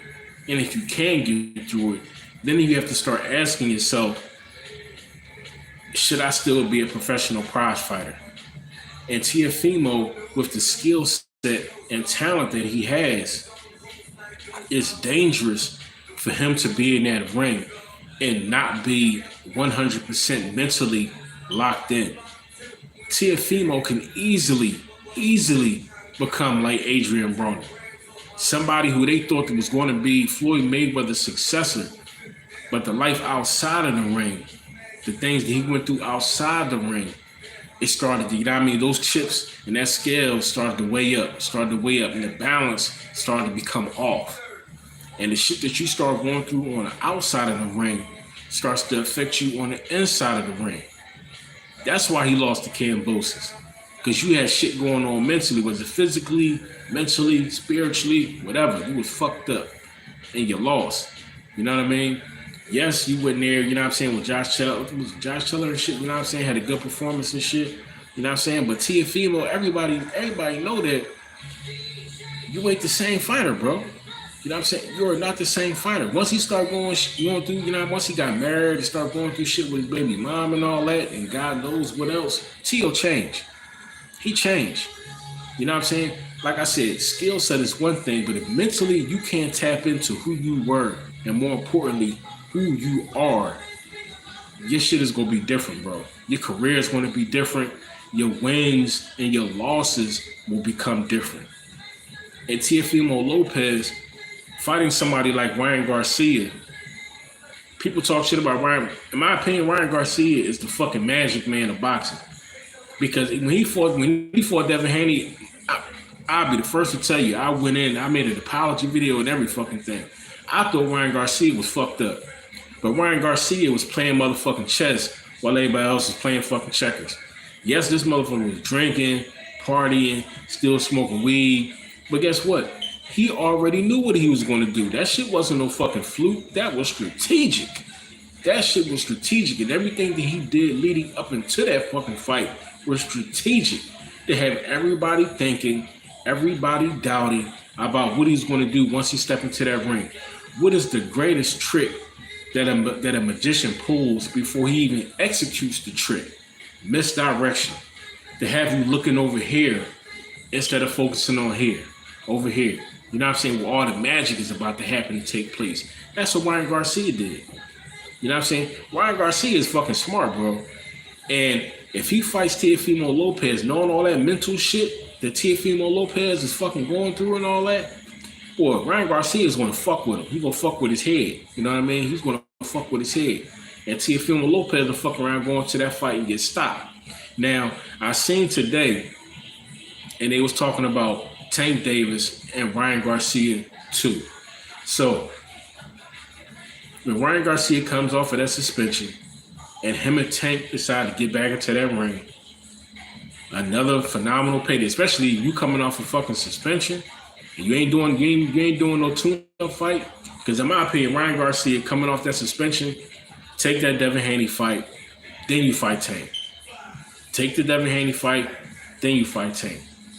So, maybe tough, you know what I'm saying? But Tank will do the same shit. You know what I mean? Tank ain't gonna play them fucking weight, all that weight bullying. No. Tank and company ain't fucking stupid. So Ryan Garcia ain't gonna be to fuck around with that weight. But he's not. Because Ryan Garcia knows that's the bag. And the money that he'll lose fucking around in the Tank fight is more substantial than the money that he lost fucking around with Devin Haney. See, he lost 1.5 fucking around with Devin Haney. See, Tank will do some shit like, fuck that. It'd be $1.5 million, you know what I'm saying, a fucking pound. You know what I'm saying? He'll do some motherfucking shit like that. So Ryan Garcia fuck around, lose $4 or $5 million and shit, fuck around with Tank. And ain't gonna be no 1.5. Tank is smart. You know what I mean? People always, you know what I mean, look at Tank, think this, think that, you know what I mean? Think he's soft and shit. Cause he got, you know what I mean? Cause he was at a couple Diddy parties and shit. But Tank is smart. You know what I'm saying? Tank paid attention when he was fucking running with Floyd and shit. You know what I mean? And he, don't get it fucked up, he still has Leonard Ellerbe in his corner and Al Heyman advising him. So Tank is fucking smart. You know what I mean? His own personal knowledge, intuition, and IQ, but also the knowledge that he in the knowledge pool, better to say, that he can tap into because he still has Ellerbe and he still has Al Heyman. You know what I mean? So don't get it fucked up. Ryan Garcia coming off of that suspension, if he does make that second fight with Tank Davis, which Tank was like, yeah, it's gonna happen. Money in the bank. Money in the bank. But I would tell Ryan Garcia, fight Devin Haney. Fight Devin Haney. They sued you, whatever. Talked all that shit. You know what I'm saying? That gets the ass whooping is there. You know what I mean? But Devin Haney, he got that shit, took it off his record, put it back on his record. If that shit was, you know what I mean? In my opinion, he got his ass whooped. You know what I mean? So even though they took it off the record, it's still fucking there. You know what I mean? Just a different kind of fucking ink. But Ryan Garcia, fight Devin Haney again. And if you beat him again, Devin Haney's going to have to answer some real big questions. I told you. You have to look at himself and say, you know what? I got to change something. You know what I mean?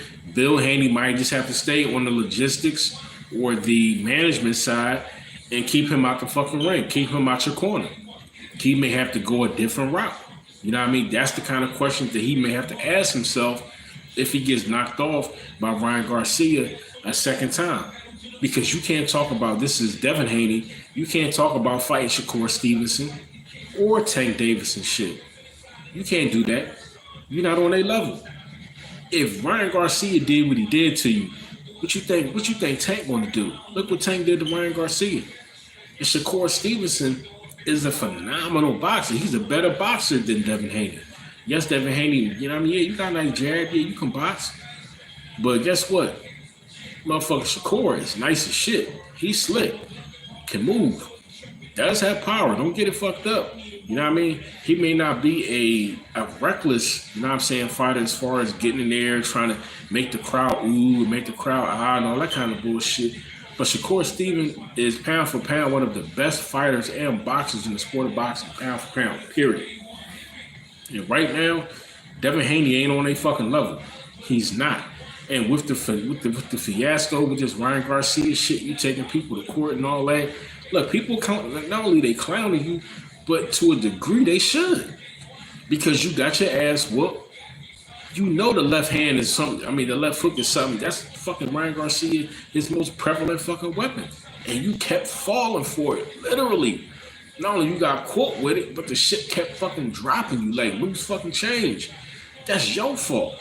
You know what I'm saying? Okay, so the loss got overturned because of a little slight PED shit. Okay, but the ass whooping is still there. So now you got to fight Ryan Garcia, in my opinion, again. And Ryan Garcia will make you sweat.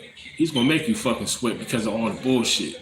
So Devin Haney, he should stay locked in. He still should pursue that fight. And Tank Davis, Tank is still, like I said, still gonna be Tank.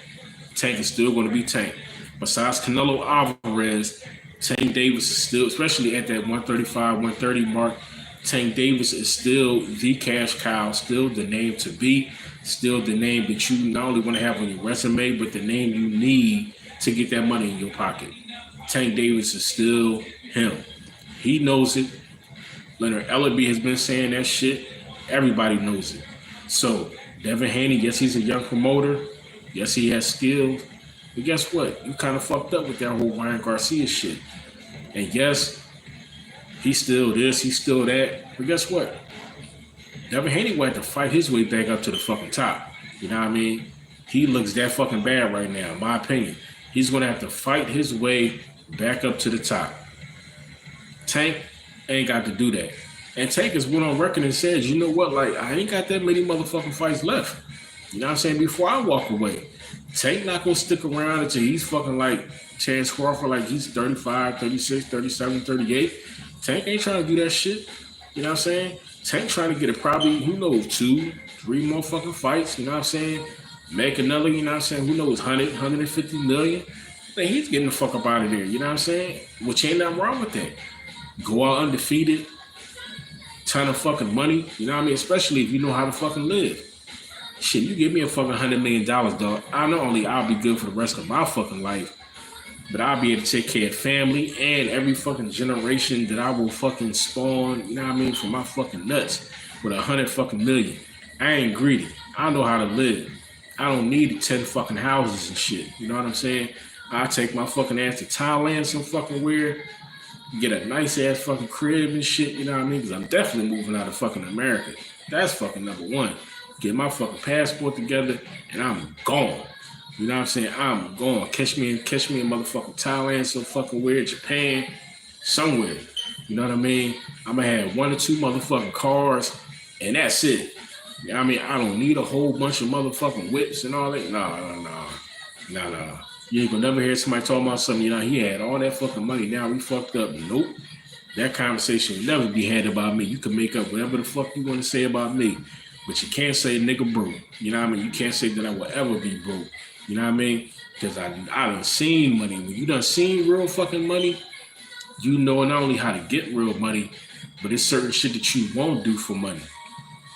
And a lot of these fighters, that's why they doing what they doing, because they never seen fucking money. And they probably won't have that kind of money. You know what I mean? But Tank has been getting money for a while. Canelo has been getting money for a while. That's why they're doing what they're doing. And Bud, he just started getting money, like I said, really after the Errol Spence fight. So now Bud is trying, but Bud's situation, like I said, is a little bit different because of his age. So he can't play that financial game for long because he's already an older competitor. That's why he's trying to get that Canelo fight. You know what I mean? Possibly, you know what I'm saying, make 100 million or maybe a little bit better. But Canelo is definitely gonna make 200 million. I don't give a fuck how they do it, whatever. Canelo will make a couple $100 million. You know what I mean? If he's asking for 150 to fight fucking Benavidez, that tells you the financial arena that Canelo Alvarez is fucking playing in when it comes to this boxing thing. You know what I'm saying? And shout out to fighters like Benavidez because they know it. They not trying to, you know what I mean, talk all that shit because Benavidez know, yeah, he may be ducking me, but at the same time, he has garnered the respect and the position to do that nut ass shit. It might be some nut ass shit, but he has garnered and put himself in a position to do that nut ass shit. And you can't be mad at that. You know what I mean? I don't particularly agree with it, but ain't nothing that I can do. It ain't nothing that I can't say future opponents, but the fucking people who want to fight him, and ain't nothing they can do because they are the ones that want to be picked. They are not the chosen. They want to be chosen. You know what I mean? It's different when you are the chosen and the chosen one and the one that they choose. Now, people that fight Tank, that fight Canelo, even Crawford, you know what I mean? Once upon a time, Errol Spence, you know what I mean? Usyk, Tyson Fury, Naoya Inoue. You are not the chosen. You are the one they choose. And if they choose to fight you, like, you know what I'm saying? Like they chose to fight Lamont Roach. You know what I mean? A lot of people say that, yeah, he could fight, he could do all this. But when I went back and I watched the Lamont Roach fight, man, Tank is going to fuck him up. He's not very active. He doesn't throw nearly enough fucking jabs. You know what I mean? His upper body movement, you know what I mean, ain't like that. Tank is going to pick his fucking ass apart and catch you with some hot shit. He's getting knocked out. Tank will knock out Lamont Roach. He's not getting stopped. He's getting knocked out. You know what I mean? Lamont Roach is not on Tank's level. There again, he was chose. You know what I'm saying? Some of these dudes are sacrificial fucking lambs. Excuse me. You know what I mean? But like I said, Benavidez, that's going to be a great fight, man. That's going to be him and damn, bro. See, I hate when that shit be happening, man. Him and David, oh man, what's his fucking last name, man? Oh God, bro, what's the boy last name, man? And I just did a fucking video on that shit not too long ago. It's only because I'm thinking about it. I can't recall that motherfucking shit, man. God damn, man. And it's right on the tip of my tongue, man. Benavidez. Oh, man. What the fuck, bro?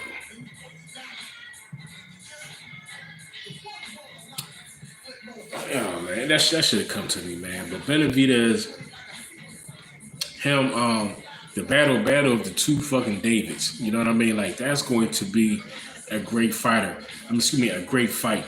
And that fight is different because that's the kind of fight that... Oh, my phone is over there, man.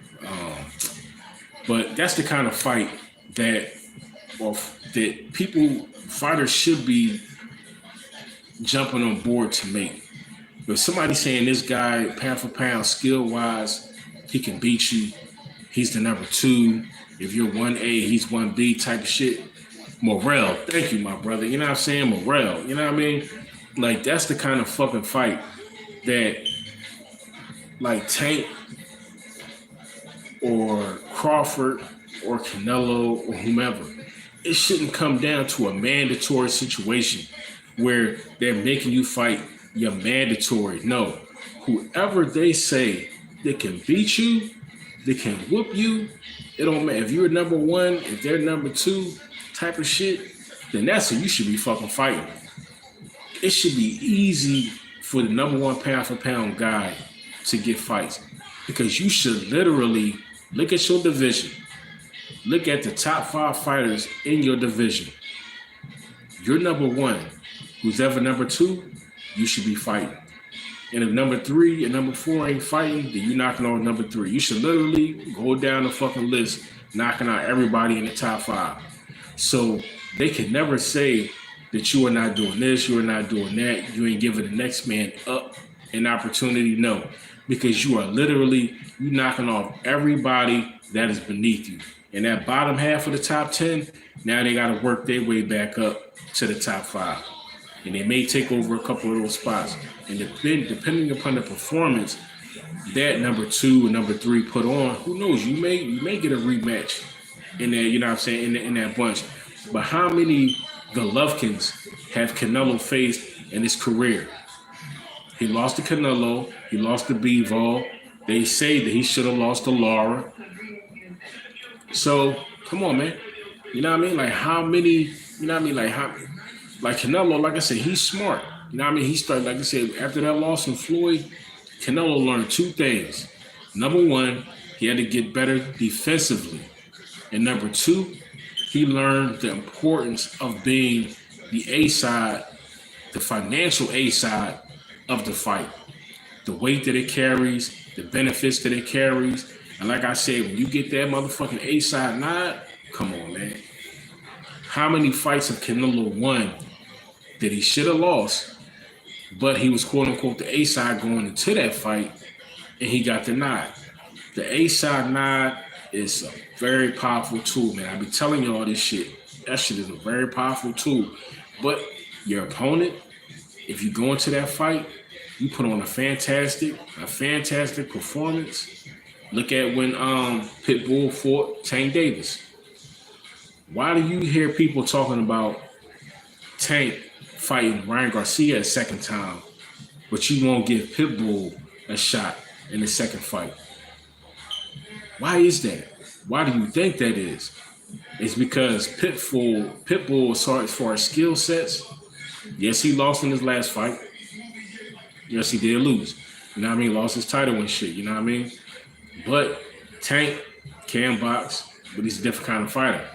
And height-wise, Pitbull and Tank ain't that, you know what I mean? Or a lot more similar, you know what I mean? And if Pitbull fights Tank again, guess what? It's going to be another close fight. It's going to be another close fight. And see, that's dangerous for somebody like Tank or somebody like Canelo or somebody like Crawford. When you have an opponent that makes it a close fight, because a close fight with the right set of judges will get you, you know, will get an L on your motherfucking record. You know what I'm saying? It depends upon what that ref or refs are looking for. They may look at that opponent like, you know what, they did enough to get the upset. And somebody like Boots fighting Bud, even if that fight goes 12 rounds, in my opinion, Boots can do enough and put his hands on Crawford enough to walk away with a decision. I can say that confidently. But at the same time, Boots has the skill set, the IQ, and the power to hurt, knock out, or stop Terrence Crawford. But to be fair, Terrence Crawford has the IQ, the power, and the ability to knock out or stop or hurt Jaron Ennis. That's why it's a great fight. That's why Terrence Crawford is thinking about walking away from the sport of boxing. Why not fight Boots? Why not? Why not have that final payday? You're going to make a lot of money. You're fighting pound for pound a great young champion in the sport of boxing. A lot of people say that's a successor. So if he happens to beat you, you pass that mantle and that crown over legitimately, peacefully, and respectfully. And you can either go back out to 154 or you can walk away. But you can't say that you fought everybody at 147 that deserved to step into the ring with you. Because Boots is still at 147, and everybody says that he deserved. Even Crawford said that shit himself. I done put that shit in many videos. Buzz said that shit himself. Boots deserves a shot.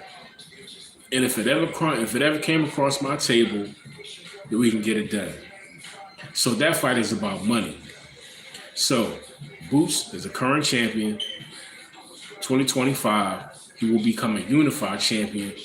And who knows, by the end of 2025, Jaron Ennis can very well be or become an undisputed world champion. Question is Terrence Crawford still around? If Terrence Crawford is still in the sport of boxing after 2025, Boots is moving up to 154. And if Bud is still acclimated at that point at 154, That fight is going to happen at 154 because people are already talking about why not go to 154. That's probably the best bet to get that opportunity. So if Bud can clean up 147, because I'm sure it's gonna be a time factor. That's why it's going to be important for Bud to get that Barrios fight, become unified, and it's also going to be important for Stanionis and Brian Norman Jr. to fight, get that fight out the way. One of them, whoever's the winner, becomes unified. Then they lock it up with Boots for the undisputed, because that's also going to save time. Instead of Boots fighting one by one by one, no. Stanionis, Brian Norman Jr., they fight, they lock it up. Whoever becomes unified champion out of that fight, they fight Jaron ENNIS. Then that fight is the undisputed fight at 147. So by the end of 2025, Terrence Crawford, Jaron ENNIS at 154, that could happen. And especially with Boots just coming to the division, I think that'll be Terrence Crawford the most ideal time for him to have a slight of an edge on Jaron ENNIS, because Boots hasn't settled into the weight yet. Just like it's going to take Bud a few fights, in my opinion, to acclimate to the weight so his power and everything transitions properly at 154, because he wasn't hurting Majorov like that. Nah, because physically he put on the weight, but he didn't grow into the weight. You know what I'm saying? And the power fluctuation and variation, you know what I mean, was prevalent. It was noticeable when he fought Majorov. You know what I mean? That power is going to have to develop, and that's going to take a few fights. So if after 2025, you're talking about 2026, and by this time, Bud is going to be like, 37 or 38 years old? And he don't drink, he don't smoke, just like Manny Pacquiao. Avid in sports, basketball, football, golf, fishing. You know what I mean? Like, Bud does all these different kind of things. Shit, now I even seen the Bud be fucking playing darts and shit. He's a professional fucking dart thrower. You know what I mean? Like, Bud always doing some shit. You know what I mean? So he doesn't drink, he doesn't smoke. He's very active outside of the ring. He does all types of shit outside of the ring to keep himself in shape physically and mentally. That dart shit, that's mental right there. You know what I'm saying? That's mental. That's vision. That's your mind. You know what I mean? That's focus and that's vision. So he's strengthening his focus and his vision, and his coordination. You know what I mean? And accuracy and his timing. You know what I mean? So Bud is smart, man. Like, the shit that he does, the extracurricular activity that he does outside of boxing, they all have attributes that can help him in the ring. From basketball, to athleticism, the stamina, you know what I mean, to wrestling, strength, endurance, toughness, and stamina. Like I said, throwing darts, you know what I mean, your vision, your perception, your mental acuity, you know what I'm saying, golf, patience, timing, you know what I'm saying, core strength, you know what I mean? So all the different things that Bud does outside of boxing, all those extracurricular activities, they give him strength for when he steps into that ring. A lot of people never broke it down like that, man, but I'm telling y'all, man, like, see, that's how my mind fucking thinks. Like, somebody like Bud, he don't just do shit to do shit, you know what I'm saying? Everything Bud does is calculated. Everything he does is calculated, you know what I'm saying? Just like Floyd, you know what I mean? Floyd can be in the club, you know what I mean? Watching bitches shake their ass, you know what I mean? Watching everybody drink, get fucked up, do all that. But you'll see Floyd drinking water. You won't see Floyd, you know what I mean, dancing too much, you know what I'm saying? You know, definitely ain't gonna see him smoking or nothing like that. As soon as fucking Floyd leave that motherfucker, this motherfucker will go out and run 10 miles. He'll go out there and run 10 motherfucking miles and shit. Then take it to the motherfucking crib and then fall back. You know what I'm saying? So, like, some of these dudes, like Manny Pacquiao, I mean, I think Manny's done. You know what I mean? But Manny, same thing. You know, outside of boxing, stays in shape, does a lot of different things to keep himself active and in shape. But seeing Manny Pacquiao doing those exhibitions and shit like that, I think Manny's done. You know what I mean? I wanted to see Manny Pacquiao fight Floyd, you know what I mean, possible exhibition. But I think Manny's done. You know what I mean? I think Manny should just chill, hang it up. You know what I mean? And that's not even in a bad way. He ain't got nothing else to prove. You know what I'm saying? But I think he still may have the drive or the will to fight. But I think physically, I don't think that Manny Pacquiao has the same explosiveness and tenacity to be the fighter, or even a shade of the fighter that he was. You know what I'm saying? Because Manny wasn't known, even though Manny was deceptively good at doing certain things as far as boxing, he's not known to be a boxer. And if you're an older competitor and you step back into the ring, if you don't got power, you have to be able to fall back on your boxing ability. Look at Mike Tyson and Jake Paul. Mike Tyson isn't known for being a phenomenal boxer, but Mike still got power. Still has some of the best feet and footwork and explosive footwork as far as movement, you know what I'm saying, lateral movement, you know what I'm saying, on how you can turn and boxing. You know what I mean? Mike is still fucking, you know what I mean, at 58 years old, still has power and still can move. And depending upon how he approaches that fight and how Jake Paul comes out, Mike can beat Jake Paul, can knock him the fuck out, you know what I mean, can stop him. So that fight is interesting, you know what I mean? So November 15th, that's going down, you know what I mean? So can't wait to see how that shapes up, you know what I mean? So I think, matter of fact, I think one of my last videos is on Mike Tyson and Jake Paul. Go back and check that video out. See, I also do music too, y'all. You know what I'm saying? If y'all been following the channel, y'all should know this. You know what I mean? Before I was just doing music, I really wasn't promoting that shit, but I also do music. You know what I'm saying? I also produce music, do beats and shit. So I've been focusing on that. But in my last video, especially the Mike Tyson and Jake Paul video, the music that you hear in the beginning of that video and the music that you hear at the end of that video, that's my music. You know what I mean? And especially like the last few videos that I've done, the music that you hear in those videos is all music that I produced and made. You know what I'm saying? And all my shit is fire. You know what I mean? Somebody told me like I should you know what I'm saying, like I should I guess start a channel and just put my music out there. And I'm thinking about it, you know what I mean? But I already got a news channel too that I need to put more time into. And I don't want to have 3 or 4 different channels, and it's hard to do 1 or 2, let alone, you know what I'm saying, 3 or 4.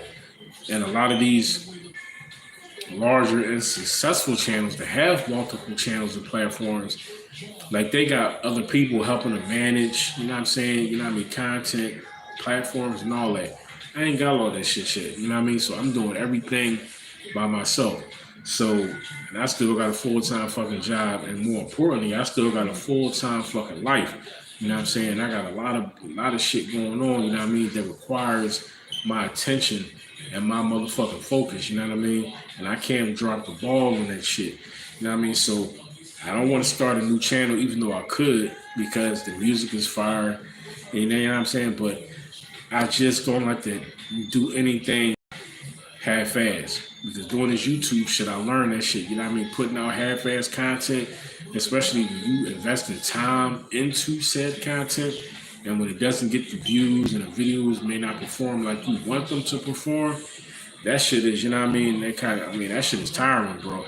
So I'm trying to focus on one thing at a time, introduce my music to you guys and to the world. That's why it's important that you guys like, comment, and share, because you're not only witnessing, you know what I'm saying, a video performance, but like I said, now musically, I'm also infusing my music into the videos to let you guys know and hear what I'm doing as far as my music as well. You know what I mean? So check out the last couple of videos, especially the last video with Mike Tyson. And like I said, the track in the beginning and the music at the end of that video, those are 2 of my newest beats that I did. I've done, I think, 1 or 2 beats after that. Don't Say That I think Don't Say That that's the name of the track. I think that's the latest beat that I did. And that shit is phenomenal. You know what I mean? So that'll be in, I don't know, you know what I mean? If I did this shit on StreamYard, it'll probably, I probably would have put that shit on the beat. Excuse me. in the stream. But this is straight on YouTube, you know what I mean? So you guys won't be able to hear that shit. So don't forget to like, comment, and subscribe. Check me out. Check out the music. Find me on IG. And your boy will be back on the next one, man. I'm about to get up out of here, man. You know what I'm saying? Because I still got to make grub, man. Your boy's starting to get hungry and shit, you know what I mean? So I appreciate y'all, man. Appreciate y'all for tuning in, for locking in. November 9th is going down. Wells Fargo Center, Philadelphia, PA, the birthplace of the Constitution of the United States of America. Shout out to Donald J. Trump. He will be the 47th president of the United States. Shout out to Mike Tyson, November 15th on Netflix. Tyson versus Paul is going down. You ain't got Netflix, man, get it so you can check out the fight. It's going to be legendary, man. This fight, win or lose, is going on both of these competitors' record. November 15th, man, is going to be super explosive. November 9th is going down in the town of Philly, man. You got Boots, you got Bam. It's going to be super explosive. Stay locked in. It's your boy, Talk Nature Stand Up. It's your boy. Don't forget to like, comment, and subscribe. You already know how I play. Share the truth and stay humble. Stay humble. I'm out.